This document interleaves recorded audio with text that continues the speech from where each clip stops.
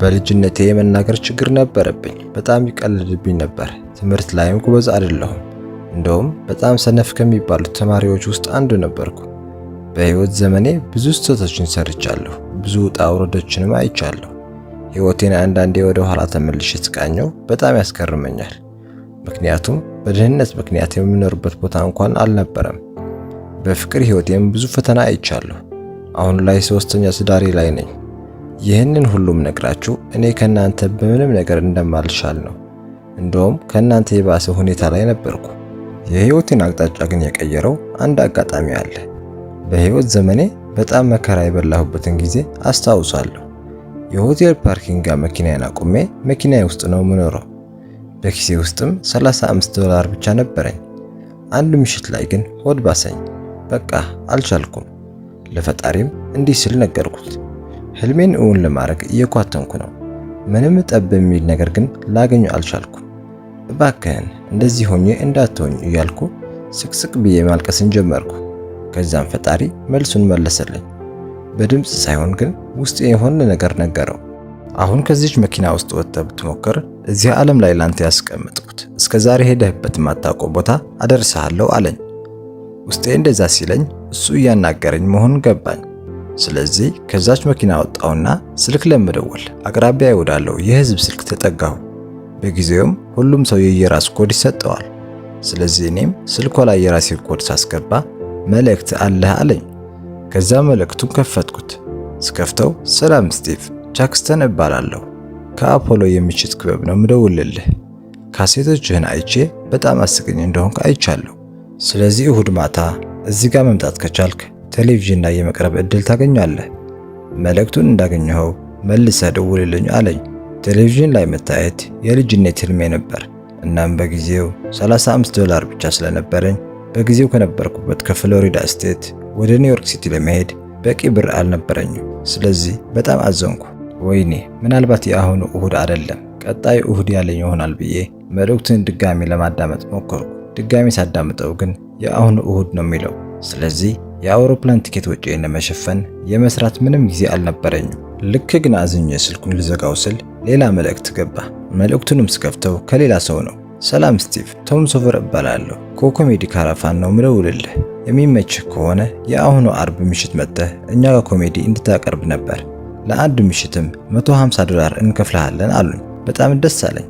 ዘልዬ መኪና ውስጥ ገባሁና 3 ሰዓት በመኪና ተጉዤ እዛ ቦታ ደረስኩ።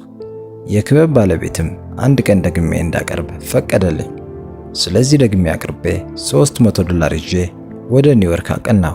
እዛም ከደረስኩ በኋላም መቆይበት ቦታ አልነበረም። የክበብ ባለቤቶች ጋር ሄጄ ለመንኳቸው። እባካችሁ ልዘረፍ እችላለሁ፣ መቆይበት ቦታ ስለሌለ አሳድሩኝ አልኳቸው። እነሱም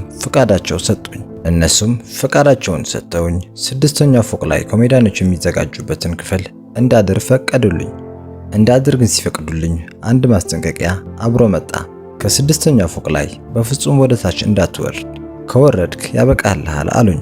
እሺ ብዬ ላይ ወጣሁና ከተወሰነ ሰዓታት በኋላ ረሃቡን መቋቋም አልቻልኩም። ስለዚህ ወደ ታች ወርጄ ሰውየውን ለመንኩት። እባክህን ወጣ ብዬ የሚበላ ነገር ገዝቼ ልምጣ አልኩት። ሰውየውም 20 ደቂቃ ብቻ ሰጠኝ። በ20 ደቂቃ ውስጥም እዛ ሄድኩና ምግቤን በላሁ። ደቂቃዋ ሳታልቅ በፊት ወደ ማደሪያ የ6ኛ ፎቅ ላይ ገባሁ። ምሽቱን እዛ ካሳለፍኩ በኋላ ቀሎችን የማቀርብበት ምሽት ደረሰ። እኔም በጣም ፈራሁ። የማድርበት ቦታ የኮሜዲያኖች ልብስ መልበሻ ስለሆነ ከኔ ጋር አብረው ኮሜዲ የሚሰሩ ሰዎች መግባት ጀመሩ። እኔም አንድ በአንድ እነሱን መተዋወቅ ጀመርኩ። አንደኛው ቀልደኛ መጣ። ዲያልግ ሂግለር ይባላል።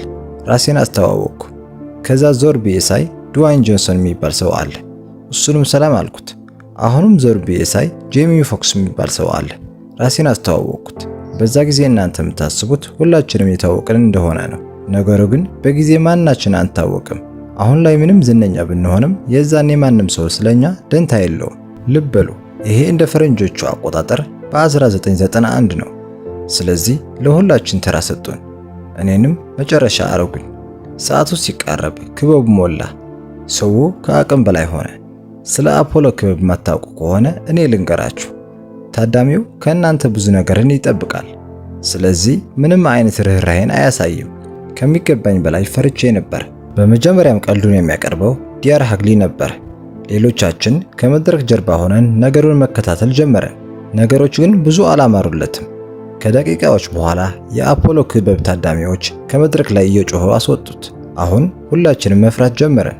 ተረኛው ድዋይን ጆንሰን ነበር። እሱም ገባና ቀልዱን ማቅረብ ጀመረ። ከደቂቃዎች በኋላ ግን እሱንም ልክ እንደ ዲያር ሃግሊ በጩኸት አስወረዱት። ሶስተኛው ሰው ጄሚ ፎክስ ነበር። እሱም በተራው መድረክ ላይ ወጣና ቀልድ መናገር ጀመረ።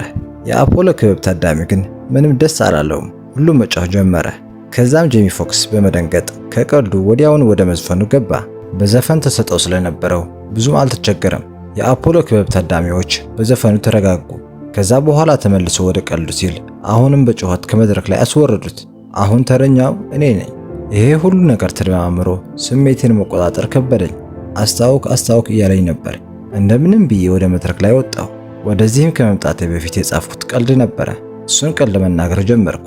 ልክ ቀልዴን ቀልጄ ስጨርስ የአፖሎ ክበብ ታዳሚዎች ከወንበራቸው ተነስተው እያበዱ አጨበጨቡልኝ። የክበቡ ባለቤቶችም ገረማቸው። እኔም ማመን አልቻልኩም። አመሰገንኩና ከመድረኩ ላይ ወረድኩ። ከመድረኩ ላይ ወርጄ ግን ስቅስቅ ብዬ አለቀስኩ። በዛ ምሽት ለሰራሁት አንድ ቀልድ ብቻ $750 ተከፈለኝ። ያ ገንዘብ በጊዜው ትንሽ አልነበረም።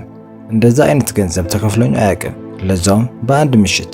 ያንን ቀልድ ካቀረብኩ ከትንሽ ጊዜያቶች በኋላ ከአፖሎ ክበብ በድጋሚ ተደወለልኝ። የቴሌቪዥን ሾዋቸው ላይ አዘጋጅ አድርገው ሊሾሙኝ እንደሚፈልጉ ጠየቁኝ። እኔም ደግሞ አላንገራገርኩም። ያንን ሾው ለ8 ዓመት ሙሉ ሰራሁት። በአሜሪካ የቴሌቪዥን ታሪክ ለመጀመሪያ ጊዜ አንድ የቴሌቪዥን አዘጋጅ ለ8 ዓመት ሲሰራ ታይቶ አይታወቅም ነበር። እኔ ግን የመጀመሪያ ሰው ሆንኩ። የስኬቴን መነሻ የአፖሎ ክበብ ታሪክ ነው። አየህ፣ ሁልጊዜም በህይወት ነገሮች ተበላሽተው አይቀሩም። የመመለሻ እድል ታገኛለህ። ህይወትህን የምታቃናበት አንድ አጋጣሚ ልታገኝ ትችላለህ፣ ወይም ደግሞ ተስፋ ለመቁረጥ ትዘጋጃለህ። በጭንቅላትህ ውስጥ ግን ምን ጊዜም መርሳት የሌለብህ ነገር ተስፋ ከቆረጥክ ያለምከው ህልም መቼም እንደማይሳካ እዛው ጋር ማረጋገጫ ታገኛለህ። በምንም ተአምር ግን ተስፋ ማትቆርጥ ከሆነ ፈጣሪ ምንም ነገር ላይ አይዘገይም። ሁሉም ነገር የሚሆነው በምክንያት ነው።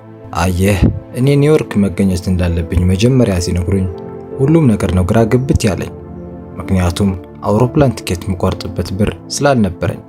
ፈጣሪ ግን ይህንን ሁሉ አይቶ እዛው ባለሁበት ቦታ ሌላ ስራ ሰጠኝና እኔም ያንን የአውሮፕላን ትኬት ለመግዛት በቃሁ። የህይወቴ አቅጣጫ የተቀየረው ያን ቀን ነበረ። በህይወቴ በፍጹም የማረሳው ጊዜ ያ ጊዜ ነው፣ የአፖሎ ክበብ ጊዜ። በዛን ወቅት አንድ በጣም ጠቃሚ ነገር ተምሬያለሁ። እምነትና ተስፋ። ምንጊዜም ተስፋ ካለህ ፈጣሪ ወደ ኋላ አያስቀርህም። ላንተ ብሎ ያስቀምጠው የሆነ ነገር አለና።